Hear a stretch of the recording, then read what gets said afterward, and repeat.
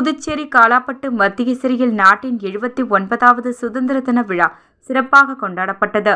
விழாவில் சிறைத்துறை தலைமை கண்காணிப்பாளர் அழகேசன் அவர்கள் தேசிய கொடியை ஏற்றி வைத்து சிறை காவலர்களின் அணிவகுப்பு மரியாதையை ஏற்றுக்கொண்டார்.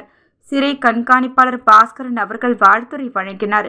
இதில் சிறப்பு விருந்தினராக ஸ்ரீ ராஜேஸ்வரி கோவில் அறங்காவலர் டாக்டர் சுஜாதா மோகனசுந்தர் மற்றும் புதுவை நாட்டிய சாஸ்திராலயாவின் நிறுவனர் மாதவி ஜெயபிரகாஷ் கலந்து கொண்டனர்.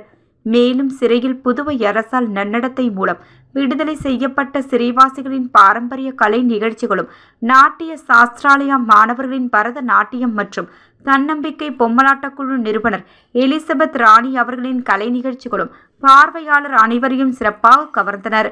மேலும் இவ்விழாவில் புதுச்சேரி நம்மாழ்வார் இயற்கை உழவர் சங்கம் ஒன்றிணைந்த வேணுகோபால் மக்கள் சமூக பாதுகாப்பு சங்க தலைவர் வினோத்குமார், செல்வி கலைமுதியோர் இல்லம் நிறுவனர் கலைவாணி கணேசன், விநாயகமூர்த்தி, பெத்தல் புதிய வாழ்வு சமூக சேவகர் விஜி தாஸ் மற்றும் பல தன்னார்வ தொண்டு நிறுவனத்தை சேர்ந்தவர்கள் கலந்து கொண்டனர்.